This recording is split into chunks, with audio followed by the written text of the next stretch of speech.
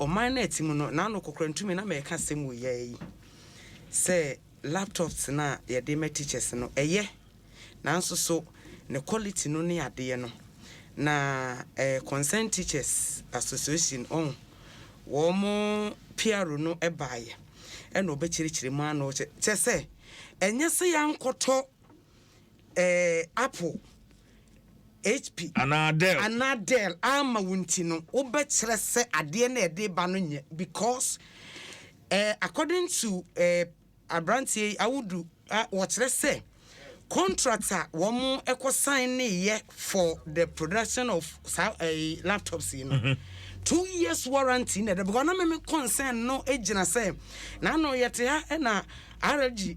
edi bi ba ya 4 months yeah ade eko pascal ye ene asa kofa TM1 say no so se free hin ene ye de ebre teacher for enti no so mu asem no etisen specs ben na wo sa laptops na ye de ma teacher for no na obai no so womo eseda yes womo customize ade no sa TM1 so na teachers model 1 no se bibi sa no ochire mu enti dwuma wo mankasa ene Ghana Education Service ene ade aye a wo mo ye ne sana wo ma build ade no in such a way say from kindergarten syllabus ne subjects ne ade nyina wo ma build the wura mu preko to the sense say wo kra wonye teacher ni na se ma ubi na bi akobo udin hyem ne ade na system no be yi and see what him say, a person, the no candidate. Say, no credit, and let us away no, woman, a beer woman, woman, at the RG, dear no, finances, you be woman, and no be a woman. But don't tell me, Stephen Kaya, that's a you see a BBM free RG experience. I would do back, any dear. So say, RG, dear no, says, see it to me now, Apple, and I said, Della, a warranty 1 year, say, yeah, it is 1 year. Mebwa and say ama we no 2 years enti yantwen no wo mo starting new su ne yanhwe se de ebesia ye adwuma fa but we shouldn't condemn everything say yeah yankoto we ninti no we de enye fine. I understand his point at a certain point so say bia na teacher for ni bebre ho mo laptops dada onya enti say nipa no ene fa 70% no so mane ena mesa eye me nwanwa eso mo osan ka say wo mo starting negotiations ni ade we nyina ni ebepim sa bre teacher ni wunnim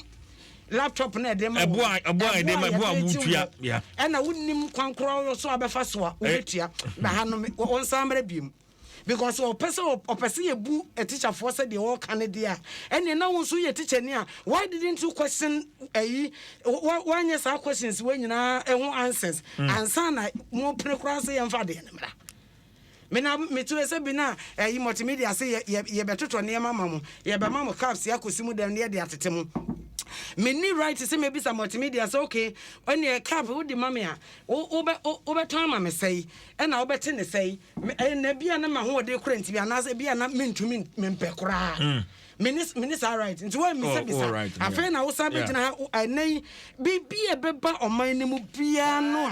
Yebeka was them and copy with that bang and yes, you be to say yes, ye jabro for no woman. We crack a CJ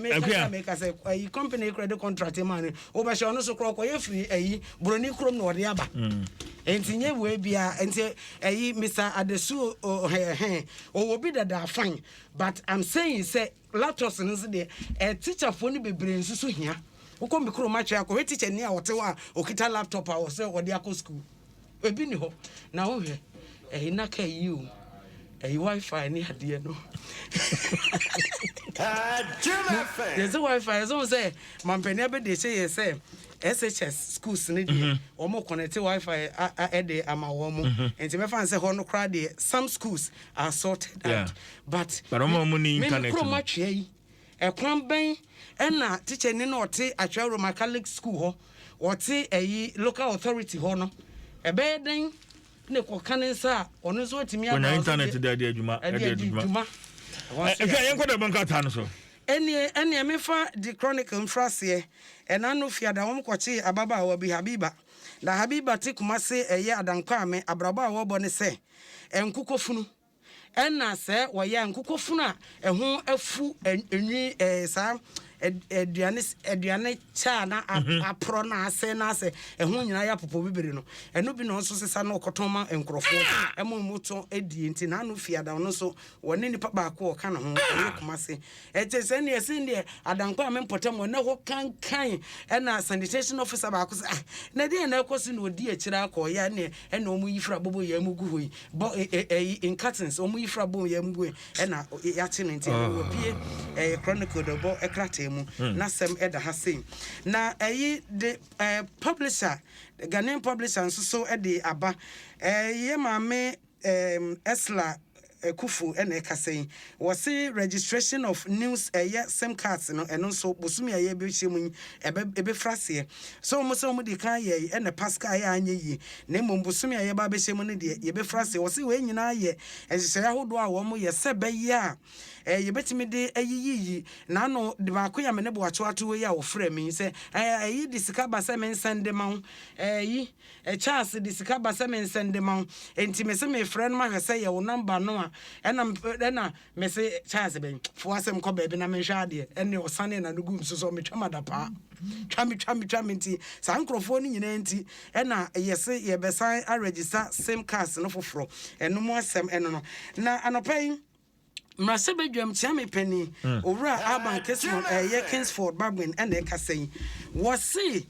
Assin-North seat no ya Cape Coast High Court e rule yese eniema anko ye eno wontimi en declare vacant if we say ohwe se de emra ne tie ene say appeal kran so a apiepie mu no a we declare vacant a enye yi enti eno so wo de emu asem aba anopai e wo de Ghanaian publisher mu na Daily Guide de obokrata enie ena wono so e de nsema bepia se na enfoni mienu egua ye case atoforsen ena hare na Idrisu mrasha bedwafo yi wo se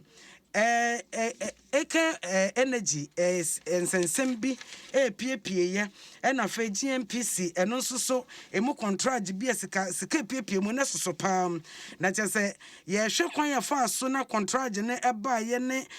katasese bi ekoko so a mrasha bedwafo mienu eka ho enti asam ne beto odwa no na mrasha bedwafo mienu ede ato dwa se saa da obokrata no a wo mo de asam ne pie dwa do mu ebo mu din fraye no so wo mo nko machi ankwa kase wo ma ne kai wo mo saabo de a ene wo mo de no ebekọ court enti eno so asem da ho na se de waka no mampani so se afi ayi bosome nko ade MMDC is no wo mo so edi no ebepie abonten okay akwa